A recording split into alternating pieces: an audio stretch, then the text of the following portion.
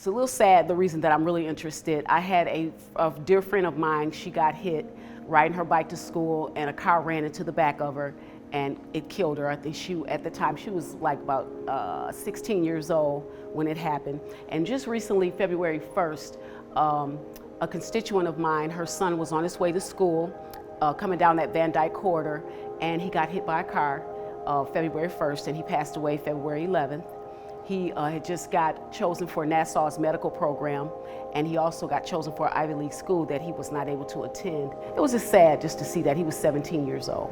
The reason that touched me so was I noticed that there's no signs indicating that there's children crossing for school. I looked at most of the schools in my district, and most of them have to cross a busy street, either 9 Mile or Van Dyke, and there's nothing telling traffic that to slow down. There's pedestrians crossing, there's children crossing, there's kids going to elementary schools, there's kids going to junior high and senior high schools, and there's nothing telling the traffic that to slow down in those areas at certain times of the day. So I just wanted to get on the task force just so I could, since I'm an elected official and a parent and a grandparent, so that I could give them some ideas. Maybe they didn't know that was happening. So I'm hoping that I can bring that to the powers that be so they can help us get something in those areas so we can lessen pedestrian fatalities. So I was quite impressed with the many ideas that came forth and the many people that even came to the meeting and signed up to help us.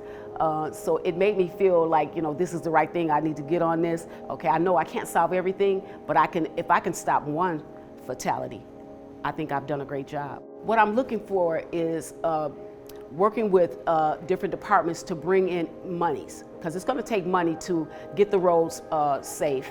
It's going to take money to get the signs out there. So I'm looking to make those partnerships. I'm hoping to see more emphasis on safety.